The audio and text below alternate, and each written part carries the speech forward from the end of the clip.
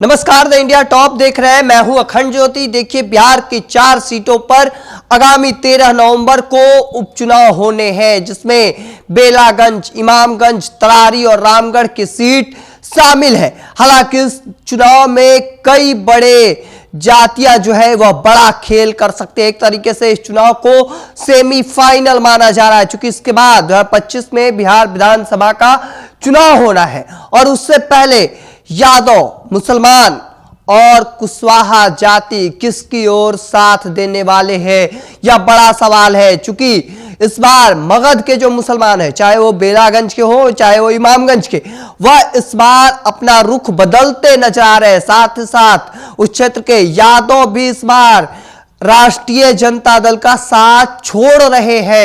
एक तरीके से यादव समुदाय में भी टूट होता नजर आ रहा है। चूंकि आपको बता दें, जो राष्ट्रीय जनता दल का कोर वोटर माना जाता रहा है, यादव मुसलमान एमवाई समीकरण, जिनके बदौलत जो सीटें हैं राष्ट्रीय जनता दल निकालती रही। हालांकि राष्ट्रीय जनता दल का नारा रहा है A to Z का, लेकिन जो एमवाई समीकरण रहा है उसके बदौलत लगातार सीट निकालती रही है। हालांकि इस बार एमवाई समीकरण जो है वह उनका साथ छोड़ते नजर आ रहे, क्योंकि इसके पीछे की कई बड़ी वजह है।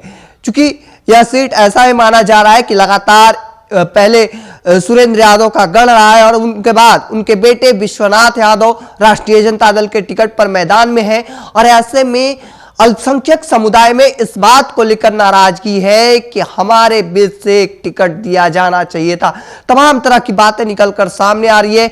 ऐसे में अब देखिए, बड़ी टूट हो रही है यादव और मुसलमान के बीच। हालांकि इसके बीच एक प्रशांत किशोर की जनसुराज उतर चुकी है और वहां से उम्मीदवार मोहम्मद अमजद को बनाया गया है। बड़े पुराने नेता रहे हैं और ऐसे में अल्पसंख्यक समुदाय के लोग उनके साथ भी जा रहे हैं। इस वजह से भी अल्पसंख्यक समुदाय राष्ट्रीय जनता दल का साथ छोड़ रहे हैं।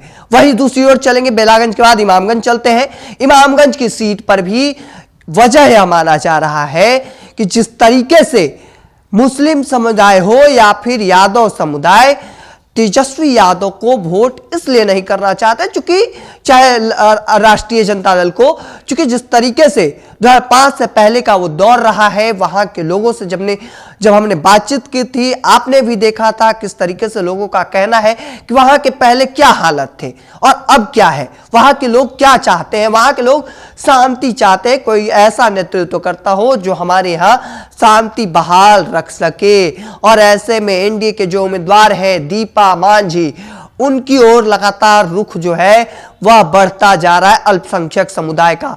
और ऐसे में कुशवाहा समुदाय जो है वह इस वजह से भी उनके साथ जा रहे हैं, क्योंकि जिस तरीके से सम्राट चौधरी, उपेंद्र कुशवाहा, तमाम जो कई बड़े नेता हैं वह लगातार एनडीए में अलग अलग क्षेत्रों में जाकर भ्रमण कर और बता रहे हैं कि किस तरीके से कामकाज किए गए, तमाम चीजों को लेकर डाटा बता रहे हैं। अब ऐसे में देखना होगा कि किस तरीके से प्रशांत किशोर तो खेल कर रहे हैं, जिसका नुकसान तेजस्वी यादव को झेलना पड़ रहा है। बेलागंज में हो सकता है कि बड़ा खेल हो।